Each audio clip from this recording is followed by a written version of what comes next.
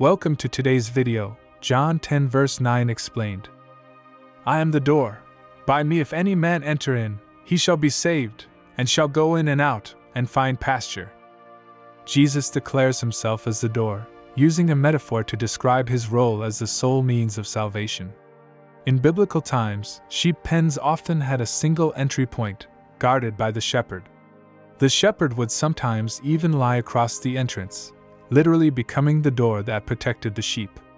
Jesus is painting this picture to show that he is the one and only way to salvation and eternal life.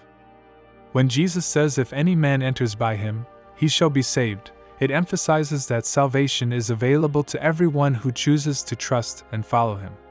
There is no other path to reconciliation with God or the promise of eternal life.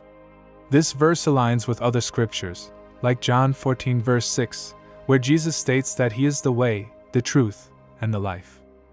The promise that those who enter by Jesus will go in and out and find pasture speaks of freedom, safety, and provision. Going in and out represents a life lived in the care of the Good Shepherd. Just as sheep trust their shepherd to lead them to green pastures and protect them from harm, believers who follow Christ can rest assured that he will provide for their needs and guide them to spiritual nourishment. Finding pasture symbolizes the abundance and satisfaction that comes from a relationship with Jesus.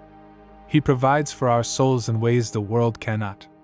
The pasture is a place of peace, refreshment, and growth, reflecting the fulfillment that only Christ can offer.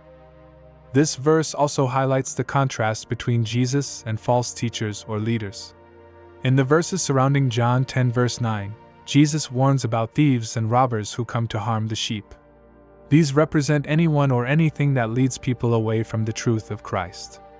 By calling himself the door, Jesus makes it clear that only through him can people experience true salvation and the fullness of life. As believers, this verse challenges us to examine where we place our trust.